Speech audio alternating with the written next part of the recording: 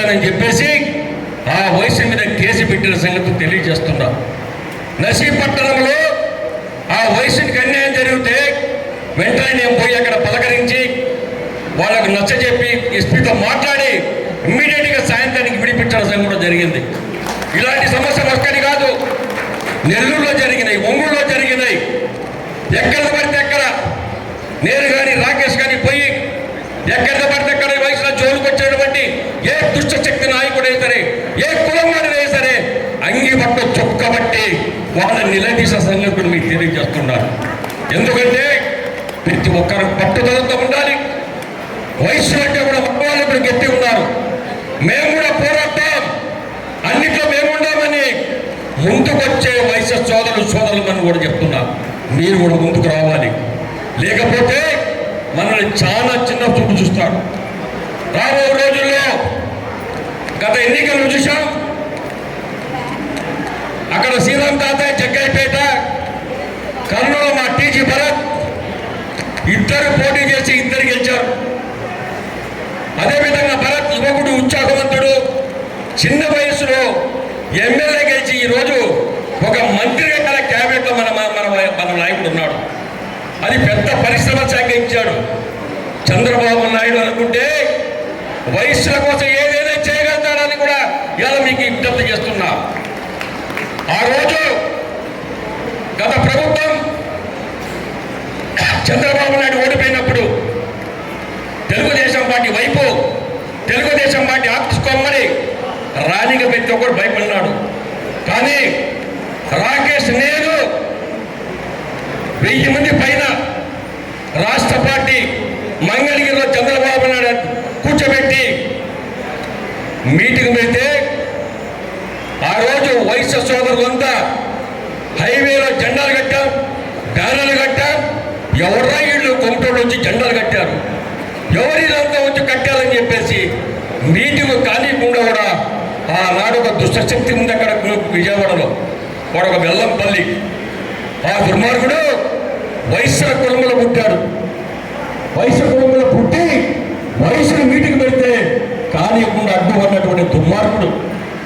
అయినా లెక్క చేయకుండా మీటింగ్ పెట్టాం.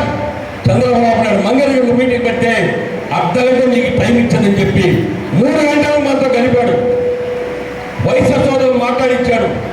ఇంత వాళ్ళు ఉండదా మీ దాంట్లో, ఇంత పెద్ద పెద్ద వాళ్ళు ఉంటే ఎందుకు మీరు ఇట్లా ఇంకా చిన్న చూపు చూస్తున్నారు అందరూ? నేనున్నా మిమ్మల్ని కాపాడుకుంటా. రాబోయే రోజుల్లో పార్టీ పదవులు కాదు, నామినేట్ పదవులు ఏదైతే మిమ్మల్ని ఇచ్చి వైశ్య కులానికి పెద్ద పీట వేస్తానని చెప్పినట్టు మహానుభావుడు చంద్రబాబు నాయుడు. అదేవిధంగా రాబోయే రోజుల్లో చాలా ఉన్నాయి.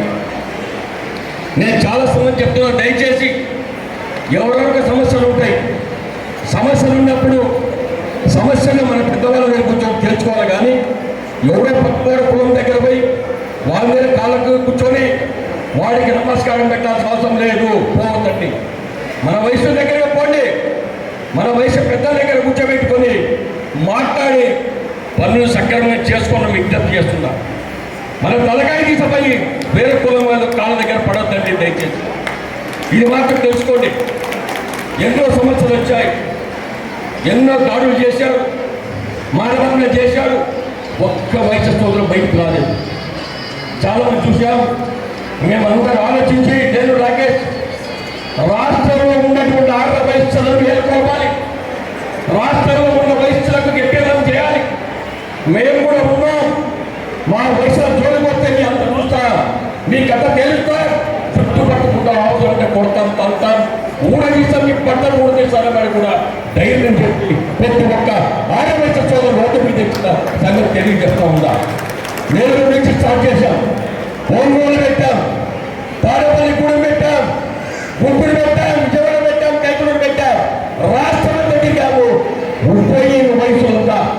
గత ఎన్నికల్లో చూశాం, పట్టులో వచ్చిన మన వాళ్ళలో గత ప్రభుత్వం చేసిన కోటి పనుల వల్ల, జగన్ చేసిన అకృత్యాల వల్ల ఆ రాక్షసుని ఎక్కడ పొడగొట్టాలనే ఉద్దేశంతో ప్రతి 6 వయసు సోదరులు ప్రతి ఒక్క నియోజకవర్గంలో మీటింగ్లు పెట్టి వైఎస్ఆర్ బయటకు వచ్చి అఖండ స్వాగతం పలికి లీడర్లకు తెలుగుదేశం పార్టీ గెలిపించడానికి ముఖ్య పాత్ర వహించిన వయసు ఆలోచనలు తెలియజేస్తూ ఉన్నారు.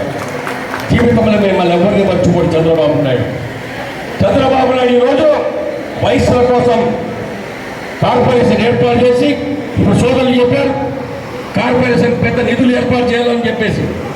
ఒక కార్పొరేషన్ ఆర్యవేశ సోదరుడికే కాదు, అన్ని కార్పొరేషన్ కులానికి, అన్ని కులాలందరికీ కూడా పెద్దగా బడ్జెట్ పెట్టి ఈ కులానికి వారికి అందరికీ న్యాయం చేయాలనే ఉద్దేశంతో ఈరోజు అహర్నిశము ఆలోచిస్తున్నాడు. ప్రత్యేకంగా వైశ్య కులానికి ప్రత్యేకంగా నిధులు ఇచ్చి వైశ్య కులాలను, వైశ్య సోదరులు ఆదుకునే దానికి మేము అందరూ శ్రద్ధ వహించి పనిచేసేదానికి సిద్ధంగా ఉన్నాం. ఇది ఒక్కటే కాదు, ఎన్నో సమస్యలు ఉన్నాయి. మొన్ననే ఇక్కడ వైజాగ్ 10 రోజుల ముందు వచ్చిపోయారు.